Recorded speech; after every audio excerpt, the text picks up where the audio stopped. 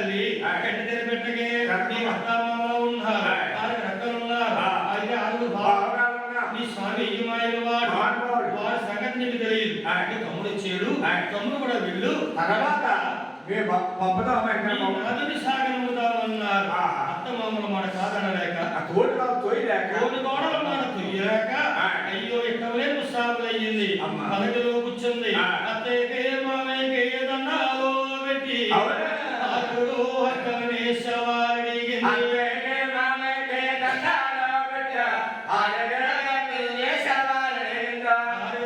సెలవులడిగింది, తోటి గోడలు సెలవులడిగింది, అత్తమామలు సెలవులు. మంగాదేవి పలకలో కూర్చుంది, మంగమ్మ పలకేమో చేస్తుంది.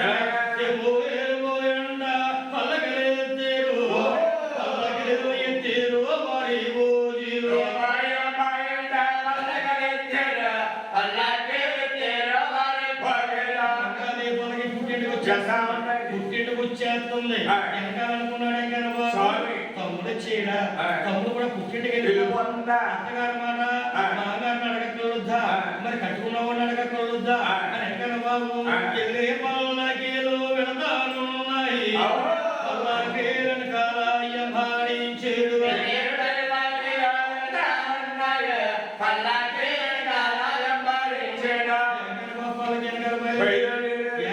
పలకలో కూర్చుని వెళ్ళొచ్చు కదా అండి. అంటే వాళ్ళని కష్టాలు కట్టాలని డబ్బులు ఇవ్వాలి కదండి, కట్టాలు ఇవ్వాలని వెనక వస్తున్నాడు. పలకి ముందు వెళ్తుంది.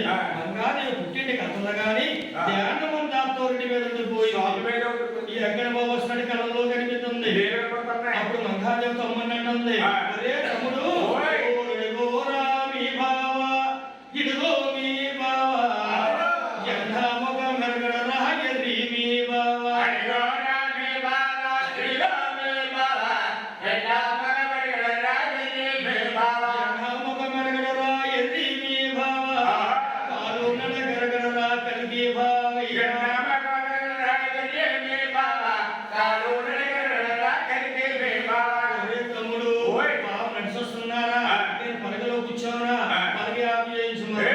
తమ్ముడు పలక ఆప్చేవయ్యే బాగా వస్తున్నాడు. ఈ అంటే గర్భపలకి ఖాళీ పలక అవుతుంది కదా, సిపాయిలు వేస్తారు. మంగాదేవి పలకి కిందకి దిగింది. మంగాదేవి కిందకి దిగింది, 4 పక్కల చూస్తుంది. వెనకాల వచ్చి వెంకట బాబు అనుకున్నాడు, పలకి ఆఫ్ చేశారు కదా, నా గురించి ఆఫ్ చేసి వెనకాల పలకి వెనకాల మాయమయ్యాడు, ముందు మసులుతున్నాడు. అటు తమ్ముడు అన్నాడు, అక్క మంగక్క ఈ దేవతా బాబు మీద పెట్టుకున్నావు వస్తున్నాడు కళ్ళ అని మంగాదేవి పలకలో కూర్చోబెట్టుకుని తన పుట్టిడికి తీసుకొచ్చారు మంగాదేవిని. చూడండి మన కథ తక్కువ జన్మని ఎంత శ్రద్ధగా అంటున్నారో అలాగే అక్కడ మంగాదేవి వస్తుంది, ఎక్కడ బాబు వస్తారు అని కళ్ళుగా చూస్తున్నారు.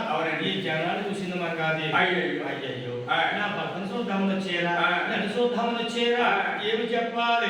పల్లకిలో నా తల్లి తప్పుడు రేగింది, తల్లి ఒడిలో పాడే కొడుకు మన్నాలి.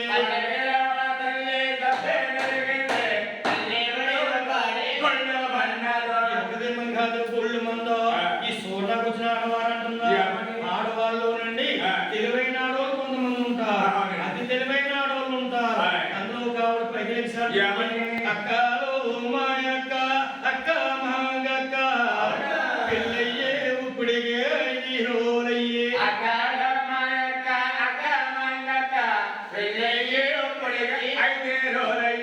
మా బావ గారికి నీకు పెళ్ళి సీతక